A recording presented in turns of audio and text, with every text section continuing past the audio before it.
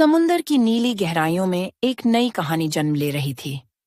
Princess Alena, जो little mermaid aerial की छोटी बहन थी, हमेशा चांद और सितारों को देखा करती।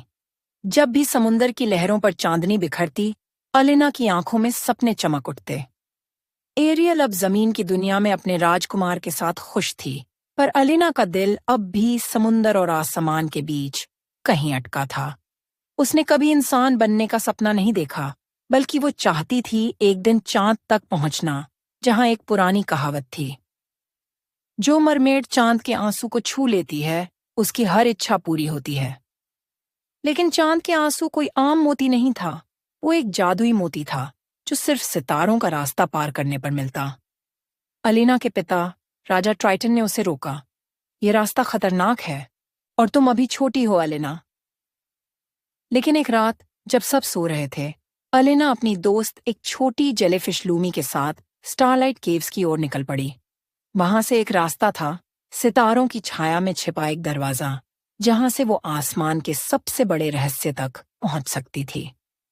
रास्ते में अलेना ने एक पुरानी सी डायन से समझौता किया, जिसे सब नॉक्टूरा के नाम से जानते थे।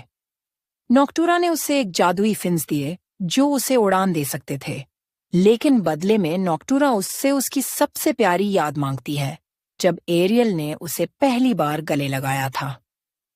अलीना ने हामी भरी और निकल पड़ी सितारों की ओर। विच से वह जादुई पंख पाने के बाद अलीना के पंख उग आए और वह समुद्र से निकलकर चांद की तरफ बढ़ने लगी।